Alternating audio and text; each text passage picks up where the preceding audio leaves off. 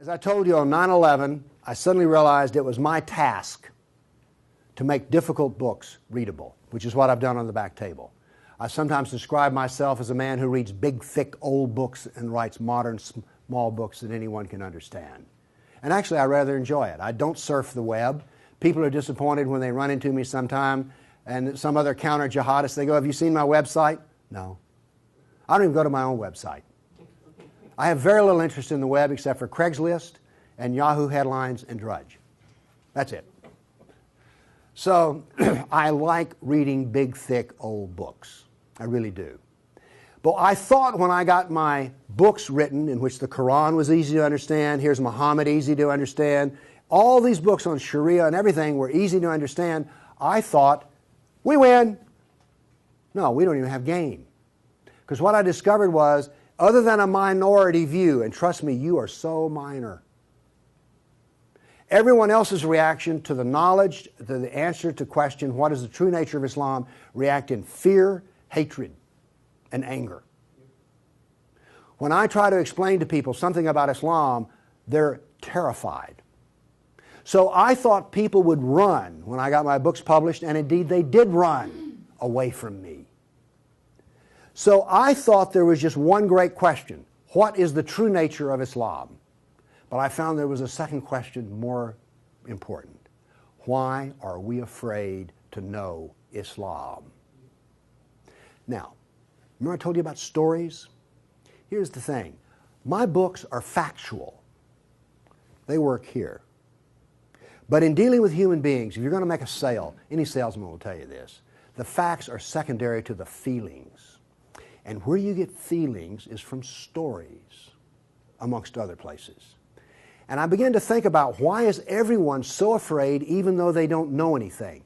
Well, it turns out they do know little figments of stories about Islam that involve violence. And the knowledge that they were into the slave trade does not come as a shock, really. So, remember I told you that the house of Sufism was like a palace with a smell coming up from the basement? Everyone smelled that smell. They just don't want to talk about it. But it's somewhere deep in the back, almost primordial mind. So, the problem is we don't know the history of Islam.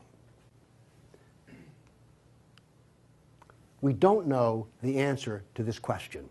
This is the world of Islam. How did it happen? You can ask very intelligent people, and they will not be able to give you the answer to this question. How did North Africa go from being European and Christian to becoming Arab and Muslim? How did that happen? And is that an important question? How did the Middle East go from being Christian to Muslim? And is that an important question? I think it's an overwhelmingly important question. All right. Now, to understand how that Islamic world came about, we're going to have to go about and see how Islam entered our world. Now, to do that, Islam entered the world of the Byzantine Empire. We know that in the Sirah, Muhammad's life, his last days were spent killing Christians and subjugating them. After he died, that process continued. So, let's describe the world that Islam invaded. Now, we're told that the Roman Empire collapsed when the German barbarians invaded Rome. You all heard that story? Well, that's false. That is not true. It is wrong. What happened was, after the German barbarian tribes invaded Rome, they set up their own version of the Roman Empire. They retained classical culture. They spoke Roman. They hired Roman philosophers and Roman attorneys to teach their children and to run their schools. They came into the Roman Empire not to destroy the empire, but just to get the goods for themselves.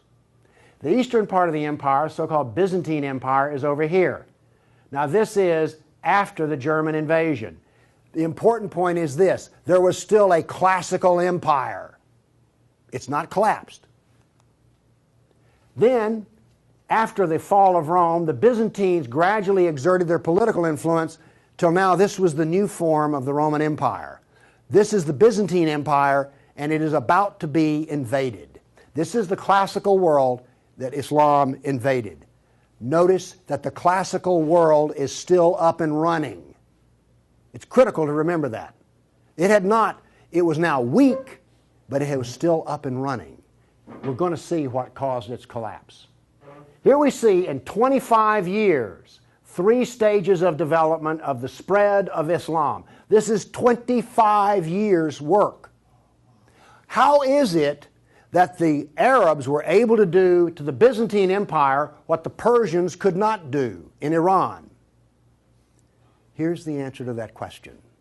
It has to do with Iran, actually. The Greeks and the Persians had been having wars since forever. All right? The 300 at Thermopylae, that was about the Persians. All right? Alexander the Great, he defeated the Persians. The Persians kept hammering on the Romans and then the Byzantines, and 25 years before Islam invaded, there was one massive last series of battles that left Persia weak and the Byzantine Empire very weak. Then comes along the Black Plague. 1 person in 3 dies.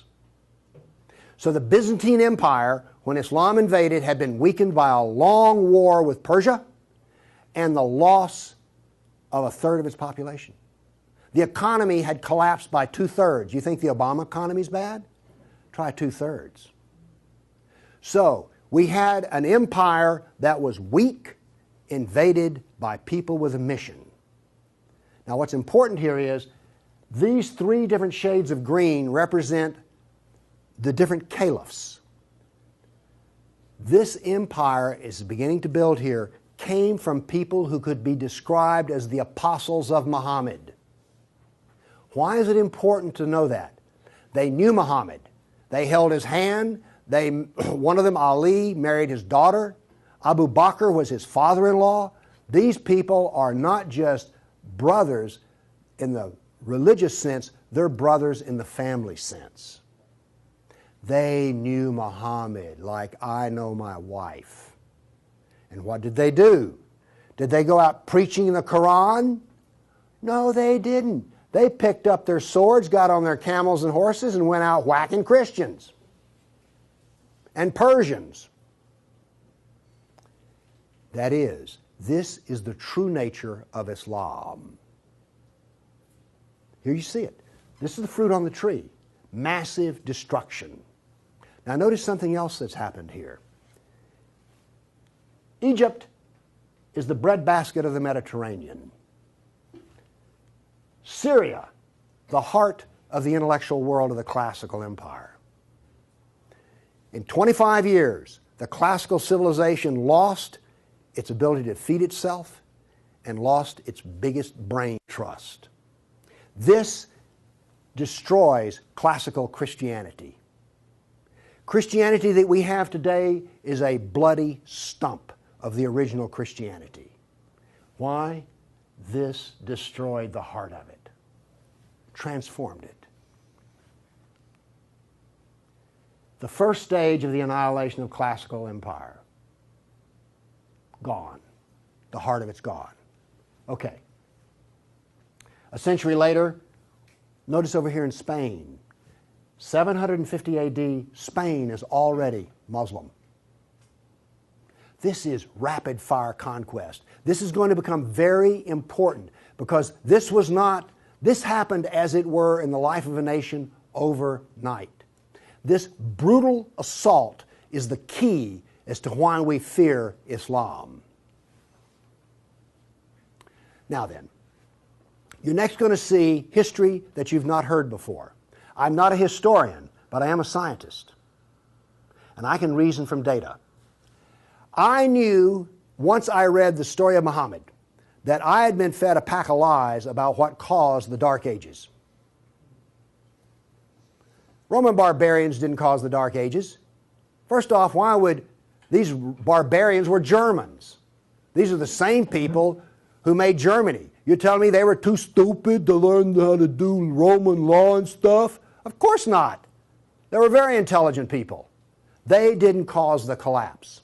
But that's the classical theory. If you go to Vanderbilt, that's what they'll teach you. Here we go with the data. There has recently been a lot of classical ancient works that have been translated and put into a database format so they can be accessed. There's been massive archaeological research under the ocean and at the edge of the Mediterranean. From this archaeological research, we're able to track history and economies. All right? That figure I gave you about how the economy collapsed, that came from the study of sunken vessels. Because if you're not buying much, you know, if 1 in 10, let's say 1 in 10 ships is sunk, that figure's not that high, but whatever. If you see a lot of sunken ships, there was a lot of ships sailing around. When they go down, the economy goes down. So from this data, we know a lot. And this, in particular, the database of ancient documents, gives us 548 battles that Islam fought against the classical world. This is all new information. I've talked with people who consider themselves history buffs, and they go, well, let's see, battles of Islam against Europe. Let's see, we've got the invasion, we got Tours, we got the invasion of at Gibraltar, we've got Lepanto, Gates of Vienna, collapse of... Okay, that's 5. You talk to a historian, and those are the 5 battles they can scratch up. And then I remind you, you can have all of these slides if you just send me an email for it. Okay, what does this new data show us? It shows us this. See the white spots? They're brand new battles. They're going to change to red. These are new. Every time, we're going to show you this all over again. Every tick is 20 years. The new battles for that 20-year period come up in white, then they fade to red to show you the history. So white's what's happening right now, red has happened. Let's see how these 548 battles act out over. We're going to watch, in 70 seconds, we're going to watch 1,200 years of conquest. Look how fast this is happening. Bam! Here comes... You didn't know France was hammered that hard, did you? You heard of Tours. Watch what's happening in Spain, in the islands. Now, many of these raids or battles, if they're at the coastline, are slave raids. The slaving that took place in here was extensive and went on and on. All of this work is also happening now then. We're now into the golden age of Baghdad. This is the punishment that's being handed out to Christians everywhere. In Spain, after one battle, there were knights' heads were cut off and they made a pile so high that a man on horseback couldn't see over them. All of the European civilization in North Africa is now gone. I have a question. Have you read the 13th tribe? No. Okay. Now, pretty soon, and by the way, there will be a period of time, and you can see the clock running up here, there will be a brief blip of 5 battles that occur in North Africa, the Barbary Pirate Wars. We're on there. Okay? Now then, Byzantium has fallen. Now then, Eastern Europe is being hammered. Notice that it is relentless. It doesn't stop. This is the history that you're never told about. This is the history that explains how all of this came about. Now then, they're getting slower because Islam is becoming weaker.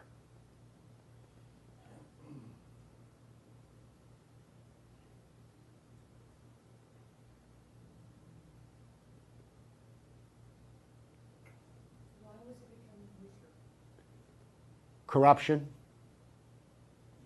All empires collapse from the inside ultimately. Okay. I say that what caused the collapse of classical civilization was not the invading German barbarian tribes. I say that classical civilization was destroyed by Islam. Now comes the question, why do we not want to know that? We're going to answer that question. All right, now I want to give you the headlines. With all those little dots, basically what I've showed you is just quantity. Okay? Relentless, but quantity. Now I'm going to give, we gave you 1,200 years of battles in like 70 seconds. Now we're going to go through in about 4 minutes. I'm going to give you the headlines from each century so you will know the emotional tone of what is happening. All right, 7th century. Muhammad sent Khalid out, the sword of Allah, to the Jazima tribe to offer Islam. They refused. He annihilated every one of them. At the Battle of Oasis in Iraq, for 2 days he spent out rounding up the losers, put them in a dry stream bed, and cut off heads until the stream ran with blood. He then took the captain of the Zoroastrian Persian tribe. His wife was there. He cut off the man's head, let the blood drain into the soil, and raped his wife in the bloody soil. That was one of the companions of Muhammad. This is the nature of jihad. Where did Khalid learn how to do that? From Muhammad. From Muhammad at the Battle of Khaybar. Umar conquered Jerusalem, and every Jew and every Christian became a dhimmi, which is a third-class semi-slave. You're now going to see, for the next few centuries, you're going to see Golden Age. We're told this myth of the Golden Age, how wonderful Islam is. So here's what's happening during the Golden Age. They started attacking Sind, which is the Hindus. 26,000 Hindus died. Armenian nobles were herded into a church after a debate, and the building burned down on top of them. At Ephesus, 7,000 Greeks are enslaved. We're still having the Golden Age. All new churches were ordered destroyed. At Amorium, there was massive enslavement of all the Christians. The Egyptian Christians revolt over the jizya, which is the dhimmi tax under the Sharia. Churches are burned, vineyards destroyed. 10th century was still in the Golden Age. In Thessalonica, 22,000 Christians enslaved. Christians massacred in Seville. In Egypt and Syria, 30,000 churches destroyed.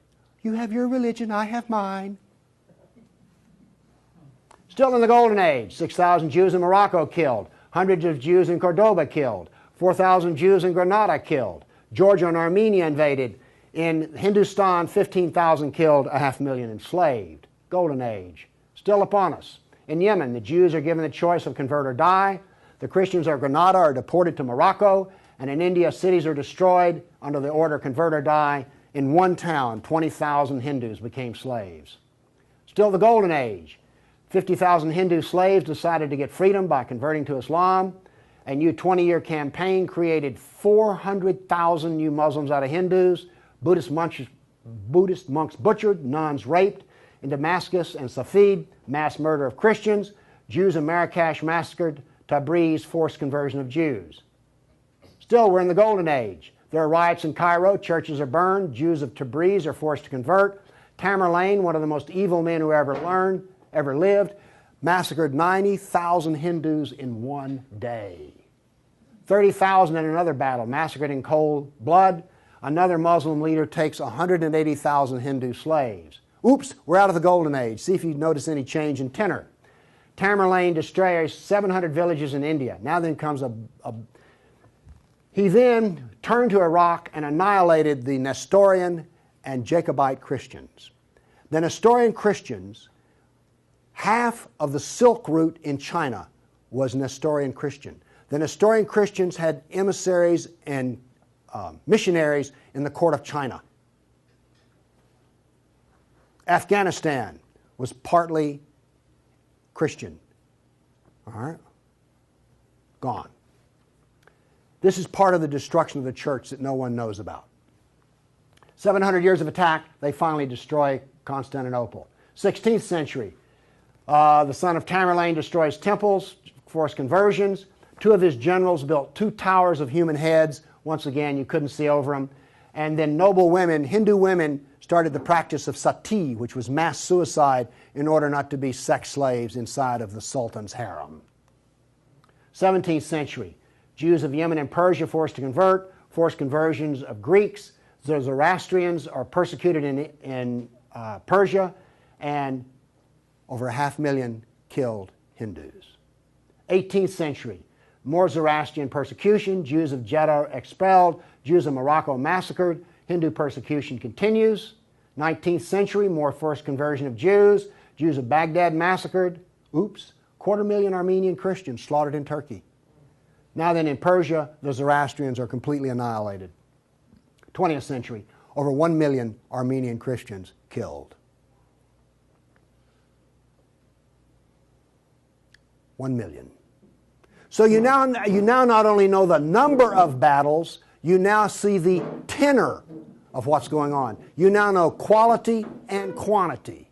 Do you get the drift on how bad this was?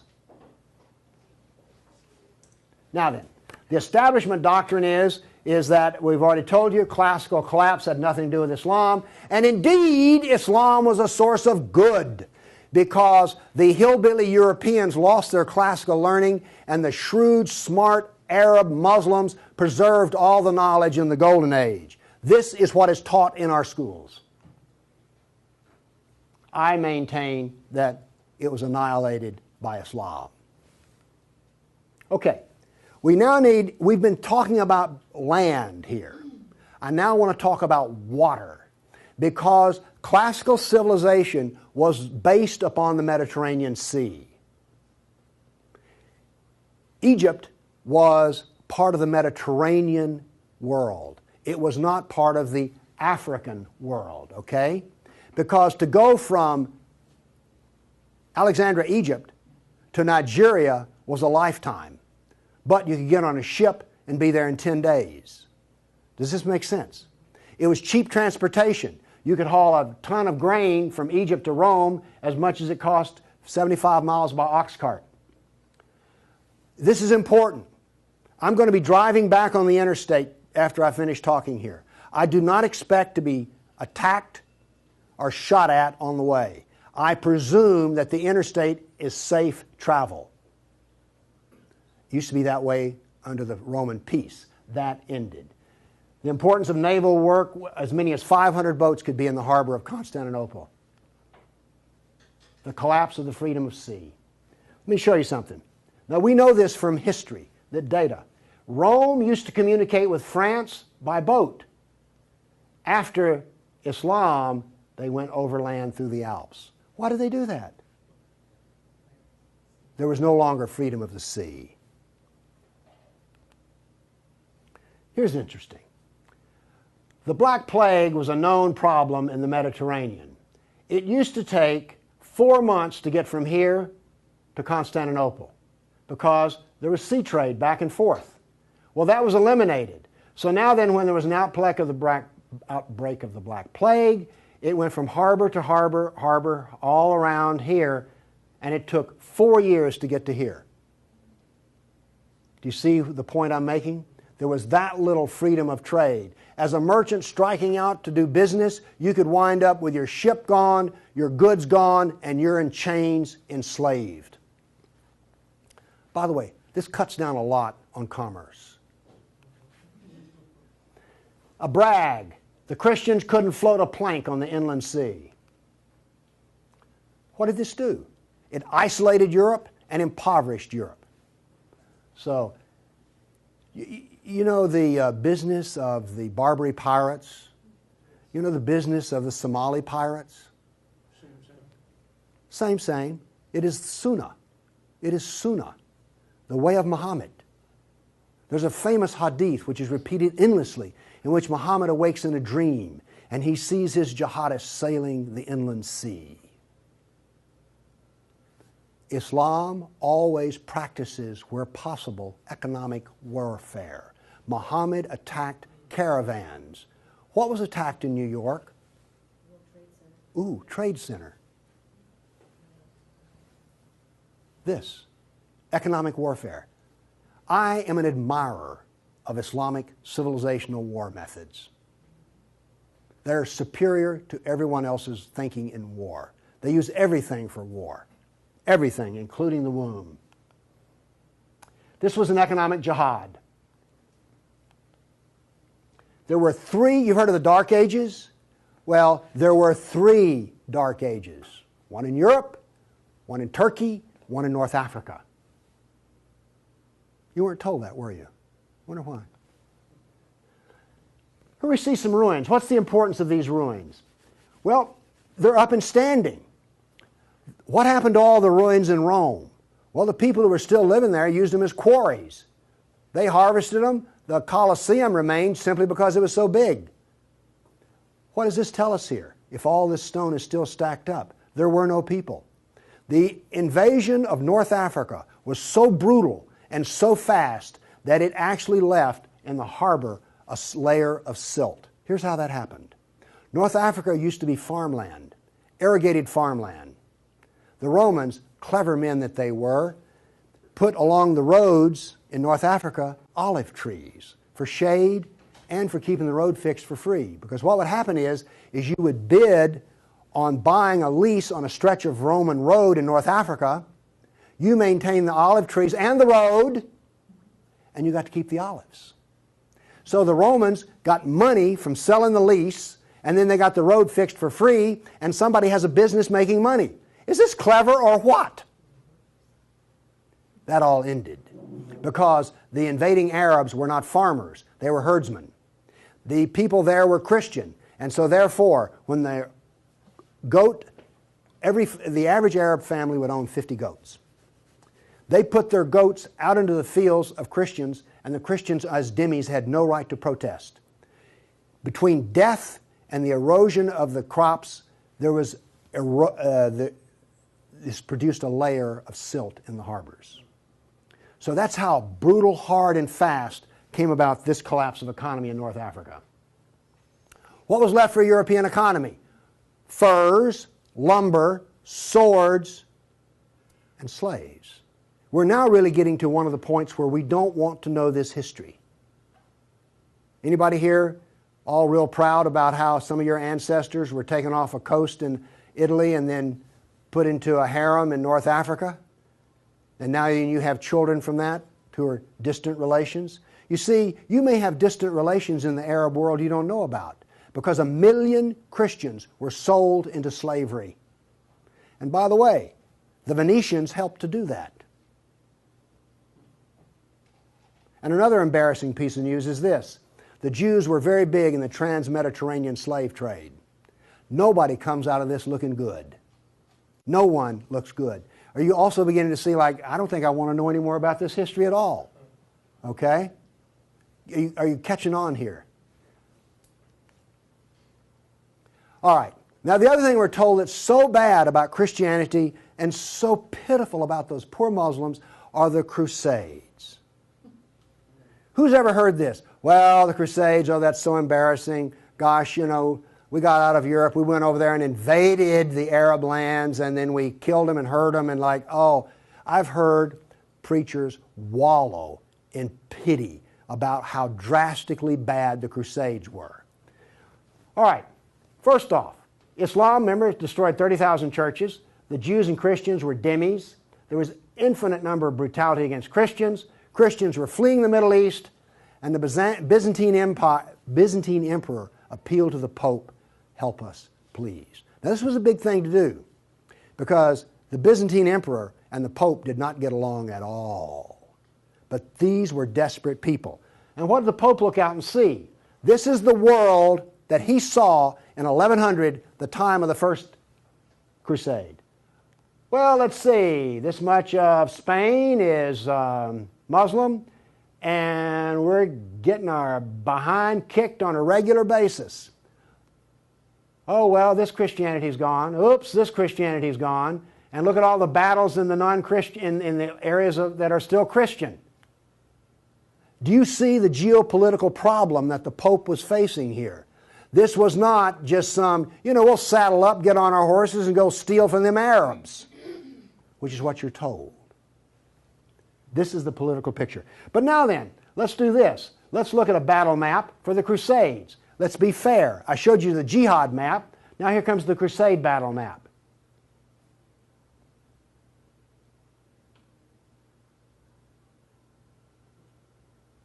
We're almost done. That's it. Now we're told that the Crusades are the moral equivalent of jihad. And therefore we need to be ashamed and whine and cry. All right. The Crusades were defensive, lasted 300 years, and the last one was over 800 years ago. All the jihad was offensive, lasted 1,400 years, and it's happening right now. In all probability, some Christian is being slaughtered in Nigeria today. Now, Is this moral equivalence?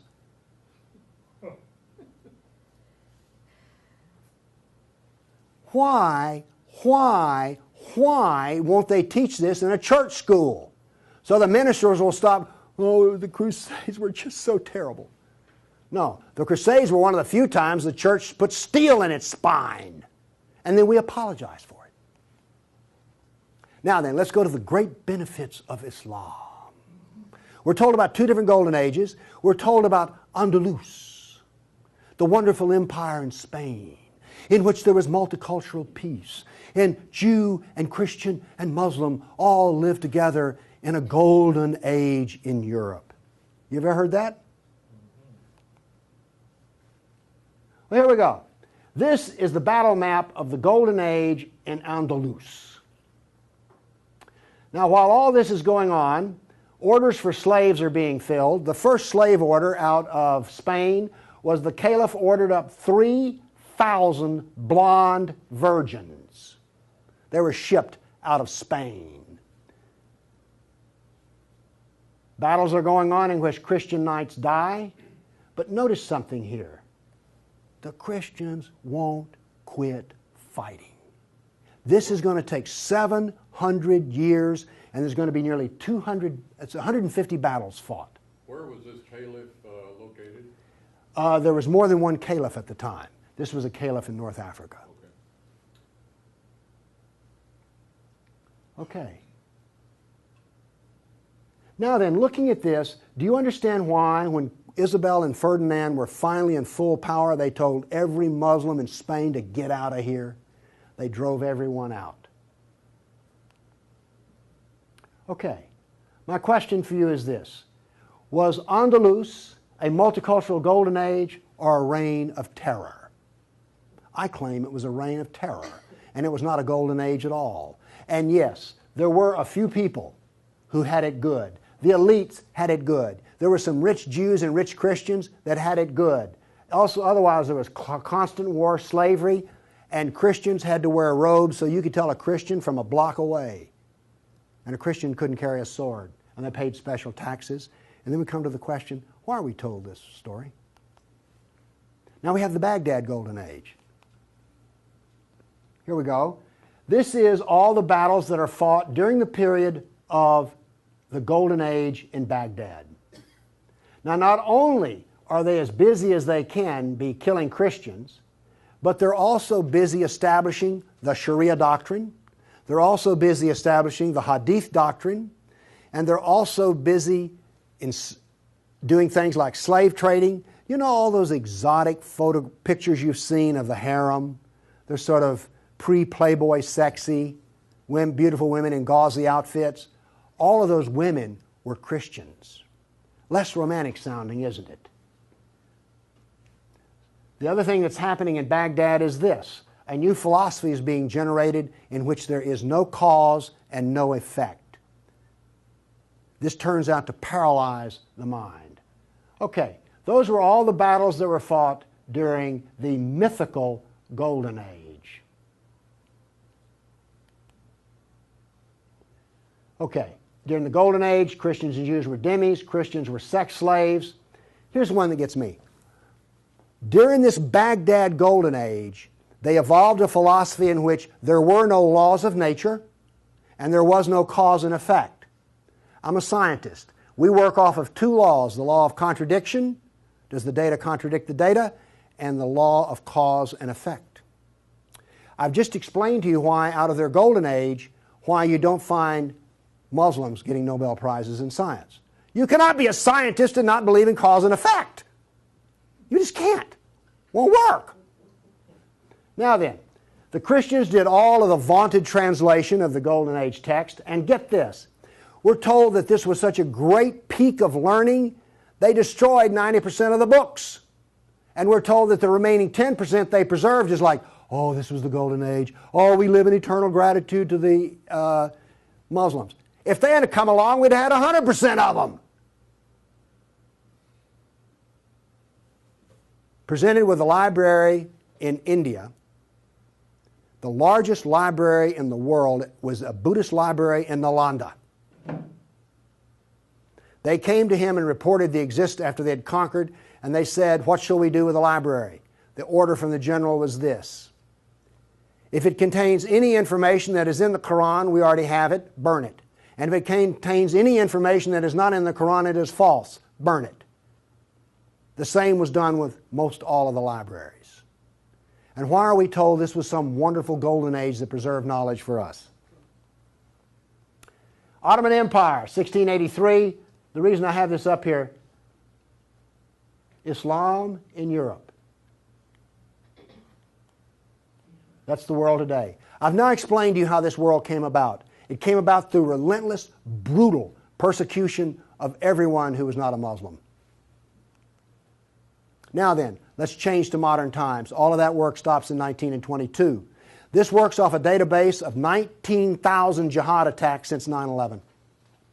There are things like this. I know the date, the country, the city, how many are killed, how many injured, and a description. Now, when you present a guy like me with 19,000 pieces of data, I start asking questions. How do we make this make sense? So let's make it make sense. By the way, you did hear all about these 19,000 attacks in the Tennessean and the local newspaper, didn't you? You did hear about this. It was on the nightly news. We heard about Fort Hood. Oh, the workplace incident. Oh yeah, I got that. All right. Anyway, moving along here. This, by the way, is where all these took place. I just think that's interesting. And you'll notice something. This is the Islamic world, and it all centers around it. But notice how much is happening in Europe. Okay. I take the data and I parse it and I divide it. I use Islamic doctrine to analyze this data. What does Islam insist on? Well, in my first lecture, I told you they're fixated on the kafir, right? So I use the kafir to analyze this data from an Islamic standpoint. See, I'm the ultimate multiculturalist. No, really. I'm the only person you've ever met who analyzes Islam on the basis of Islam. Here we go. Here we have, in the last 10 years, the total number of attacks. In the green, we have Muslim on Muslim violence. You mean a Muslim will kill a Muslim? Really? They're doing it in Syria as we speak, right? Remember Iran, Iraq? Okay. Then we have the only one I care about. I mean, my motto here is sell weapons and intelligence to the loser. I'm very serious. You think I'm joking. I know. Okay, here's our story right here. Stays pretty level. That's interesting. By the way, there's hardly a day in which there's not a jihad attack. Modern jihad is relentless, just like classical. Oh, by the way, one of the things this curve proves right here, Islam is bad for Kafirs. Islam is bad for Muslims. Islam is bad for Muslim and non-Muslim. That's what this data shows us. You want to argue with that? Okay, modern jihad is relentless. But what did we see in the other battle map? It was relentless. There are two types of jihad, against the kafir and against Muslim. You see, every time they kill a Muslim, the reason in Syria they're killing other Muslims, they're not real Muslims. Okay? Now then, we've introduced, however, a new phenomena. The mom and pop non-state jihadi shop. Okay? All of those battles up to 1922 were out of the caliph. Okay? We now have non-state jihad. That is all that is different. Okay, jihad attacks per year. I just chose the top 4 nations. But this doesn't really give us what we want because Israel's teeny weeny and India's great big, so let's do this on per capita. Now then, Israel, I bet you were surprised about Thailand. You didn't know that Thailand was getting whacked on a regular basis, did you? And look, here's a Christian nation, the Philippines, ranks number 3. And then India was Hindu. Oops, wait a minute. Do you know what I just told you? Jihad is against the Jew, the Buddhist, the Christian, and the Hindu. This is the data. Now you go to these dialogues, these multicultural smoozes they have, where the preacher and the rabbi and the imam show up. The preacher and the rabbi show up to tie, the Muslim shows up to win. And then what does the Muslim tell them? Oh, the Christians and the Jews, they're people of the book. Oh, we're brothers in the religion of Abraham with the Christian and the Jew. You know, we're practically the same. We're brothers in Abraham. How's that stuff work out? Well, here's one of your people of the book. Here's another people of the book. Turns out they'll kill a Jew, a Buddhist, a Christian, or a Hindu just as fast as they will another. So much for being brothers in the religion of Abraham. The data does not support the theory. Therefore, the theory is wrong. There is no brotherhood of Abraham except in the minds of people who occupy pulpits. The jihad is against the Jew, the Buddhist, the Christian, the Hindu, and the secularists, by the way. The secularists are the worst of all. Well, maybe worse than the Hindu. It gets hard to know, you know, I mean, really. It's against all kafirs. That's who the jihad is against. The religion of peace. Here we go. 548 battles, 19,000 jihad attacks. In 12 decades, in 1,400 years that are jihad-free. Therefore, Islam is 91% violence and 9% peace. So George Bush was 9% right when he declared religion of peace. Constant violence is why? There's a doctrine. The doctrine of jihad is found in the Sirah, the Quran, and the Hadith. We've already been over this. They don't like kafirs. We have a whole doctrine of jihad within the text. Islam was only successful through jihad. Therefore, we have a doctrine which produces jihad, and it produces this effect of the collapse of civilizations. Here you go. Tears of jihad. 270 million dead over 1,400 years. Read them and weep. Read them and weep. The doctrine drives history. History shows the true nature of political Islam. Political Islam is the enemy of all Kafir nations. There's an intellectual history. In 1,400 years, I've read a lot of old documents. They never talk about the Muslim. They talk about the Arab, the Turk, the Moor, Al-Qaeda, Asian, and it's always been by specialists. And today, all the established specialists are apologists for Islam. Why was the Quran code not cracked recently? How come we don't teach Muhammad? And why is the Golden Age propaganda taught? Why do we remain ignorant and keep suffering? I maintain there's a reason for this. I maintain that this constant brutality over the centuries has produced in the Western mind the equivalent of the abused dog, the beaten wife, and the raped child. We do not think correctly. Everybody's seen the beaten dog that when you approach it, that is the Western mind. We deny the attacks. How much jihad is ever reported? The churches will not even admit that a Christian suffers anywhere. Fear. Muhammad used fear. Any public critic of Islam has a certain fear element there. Guilt. Oh, we haven't treated Islam right. If we treated him better, everything would be good. We don't teach the history. We humiliated. Who here is going to go home and brag about how your ancestors were slaves, how your history was annihilated, and that all we teach is the lie of the Golden Age? Have you not noticed since 9/11 how bitter and angry politics has gotten? The reason is we're not allowed to get angry at the enemy, so we get cranky with each other.